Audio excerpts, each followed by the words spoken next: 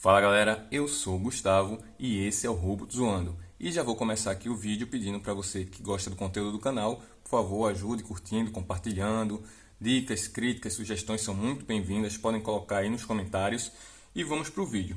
Vou avisando também que essa já deve ser uma sexta vez que eu tento gravar esse vídeo.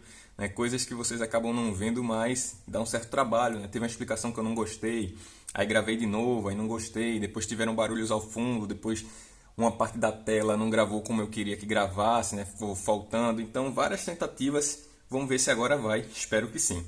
No vídeo de hoje, a gente vai montar aqui um sistema para medir o RPM dos motores. Muitas vezes a gente compra motores e tem uma indicação no site, né, da compra, na internet, qual a velocidade deles, qual é a corrente. Mas a gente não testa, né? A gente só pega e usa. Então eu pensei, vamos testar, vamos ver se aquelas informações são verdadeiras, até porque pode variar um pouquinho de motor para motor, ou mesmo a gente compra um motor ou pega no ferro velho e a gente não sabe as características do motor, então a gente precisa saber. Então esse vai ser o primeiro vídeo para criar um equipamento para montar tipo um mini laboratório para teste de motor. Esse primeiro vai ser o medidor de RPM. Vamos começar aqui com o clássico motor amarelo.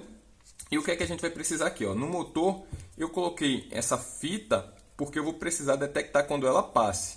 E o sensor que eu estou usando, ele consegue diferenciar bem essa fita. Então eu usei para marcar. Ou seja, qualquer outro motor que eu fosse usar, eu precisaria colocar alguma marcação para poder haver a contagem da volta e, consequentemente, o RPM.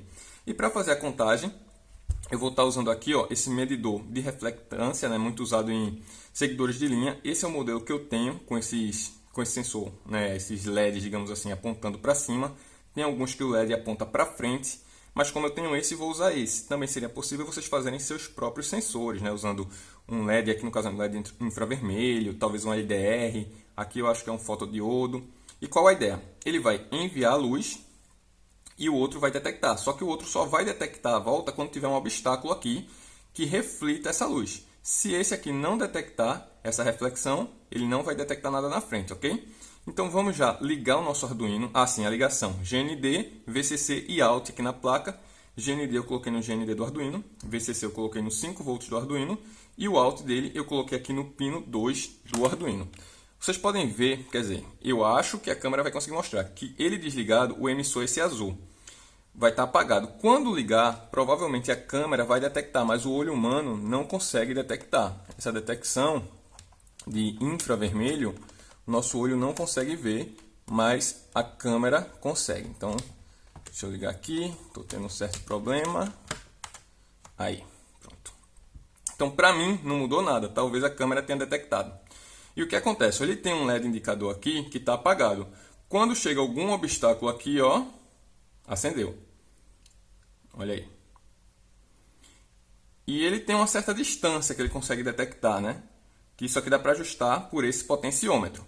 Essa aqui vai estar bom para o teste, eu já girei um pouco, e é assim que a gente vai usar. Então agora, a gente vai dar uma olhadinha nos códigos. Eu pensei em colocar primeiro já o código final. Eu já poderia colocar o código final e a gente só dá uma olhada nele.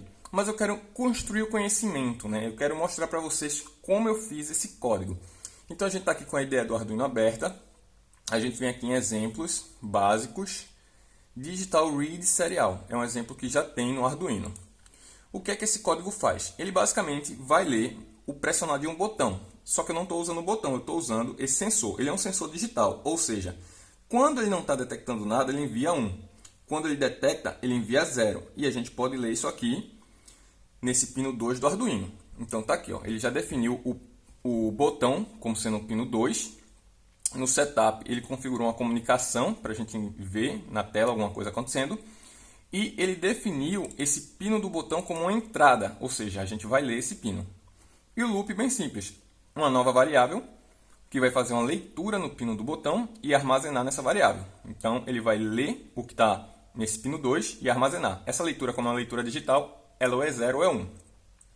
E vai armazenar aqui. Depois ele simplesmente vai mostrar na tela o que está dentro dessa variável, dar uma pequena espera e voltar. Só isso o código.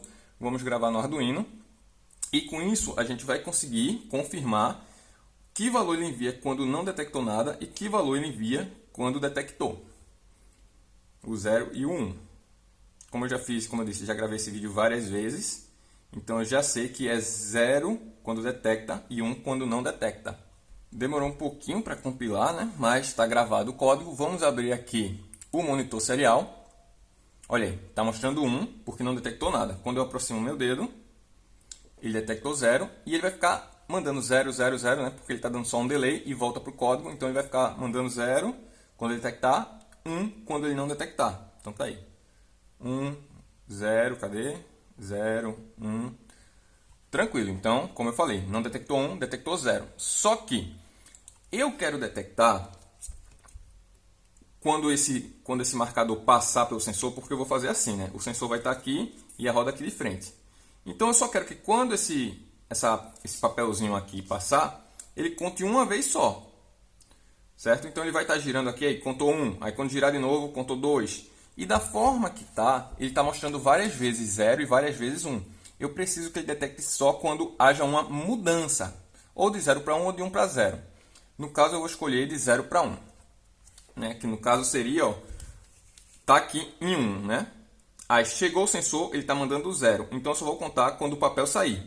Então quando for de 0 para 1, eu conto uma volta. Aí ele vai girar de novo, aí chegou aqui no sensor, quando saiu, aí conta outra volta. Então eu preciso ajustar. Para isso a gente vai tomar como base esse outro código, que vai estar aqui em exemplos, Digital State Change Detection. Ele vai detectar uma modificação. Então, novamente, ele vai pegar ler o pino 2, o LED só para indicar uma conta, a gente não vai precisar disso. E essas três variáveis aqui são as fundamentais. A contagem, ele vai contar quantas vezes, né, no caso foi o botão pressionado, ou no nosso caso, quantos giros a roda deu. O estado do botão, que seria o estado atual, e o estado anterior. Por quê? Eu quero comparar o anterior com o atual.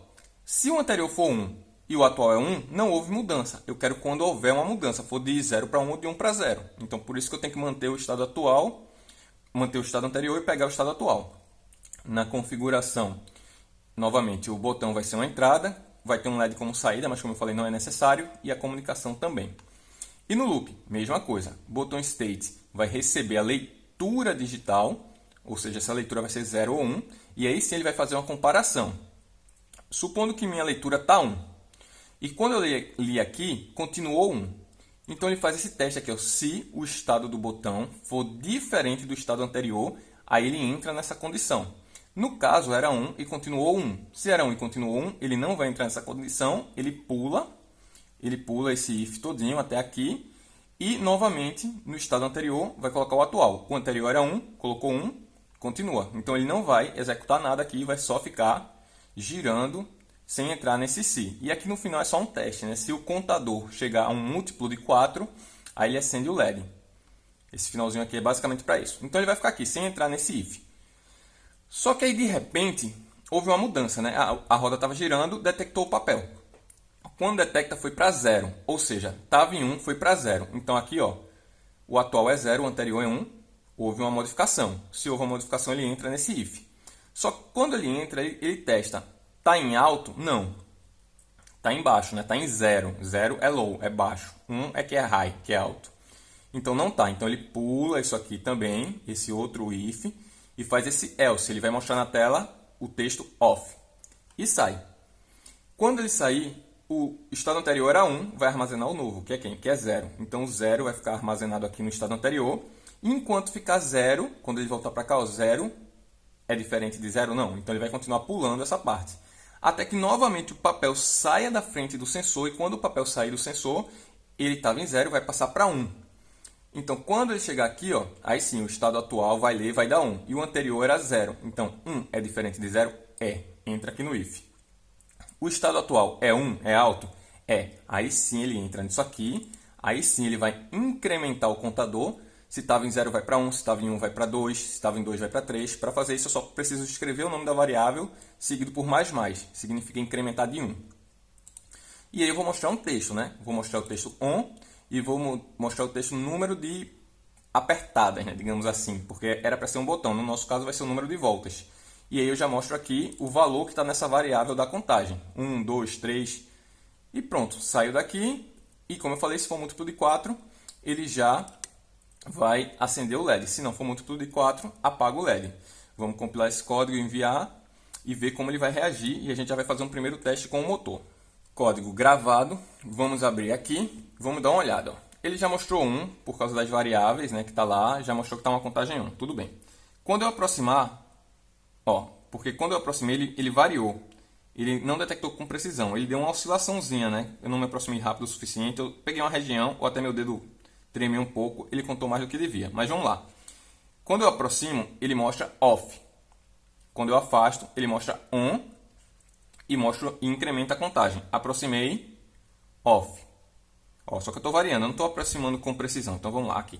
Aproximei, off. Afastei, on, 20. Aproximei, off. Afastei, on, 21. Aproximei, off. Afastei, on, 22. Ou seja, ele está contando a cada vez que eu afasto o meu dedo. Então vamos tentar ligar o motor para fazer um teste já com a rotação. Pronto, eu estou aqui toda uma técnica para segurar o motor. E vamos colocar o sensor aqui próximo. Olha aí. 28, 29, 30, 31, 32. Ou seja, ele está fazendo a contagem como deveria. Para cada vez que termina uma volta. Isso já é uma parte do código que é o contador de giros. Mas o que a gente quer mesmo é medir o RPM. O que é RPM? RPM é uma velocidade angular que ela é dada em rotações por minuto. Ou seja, em 1 minuto, quantas rotações esse meu motor vai dar? Como é que eu poderia fazer isso? Eu poderia pegar um cronômetro, iniciar o cronômetro, ligar o motor e ir contando. 1, 2, 3, 4, 5, 6, 7. Quando chegasse em 1 minuto, eu parava o cronômetro e via quanto eu contei. Só que, no caso, imagina que o motor ele é bem rápido, relativamente rápido, e ele dá 600 RPM. O que significa 600 RPM? Que ele gira 600 vezes em 1 minuto. Ou seja, ficaria muito ruim de eu fazer essa contagem na mão, digamos assim. Porque 600 RPM equivale a ele dar 10 voltas em 1 segundo. Imagina, em 1 segundo. 1, 2, 3, 4, 5, 6, 7, 8, 9, 10. 1, 2, 3, 4, 5, 6, 7, 8, 9, 10. Sabe? Até chegar a 600. Seria muito ruim. Então, o que a gente poderia fazer? Uma forma seria essa. Manualmente, você, no olhômetro, contar quantas voltas deu, no cronômetro, marcar e você teria a velocidade. Outra forma seria, com o cronômetro também, eu ativo o cronômetro e uso esse código.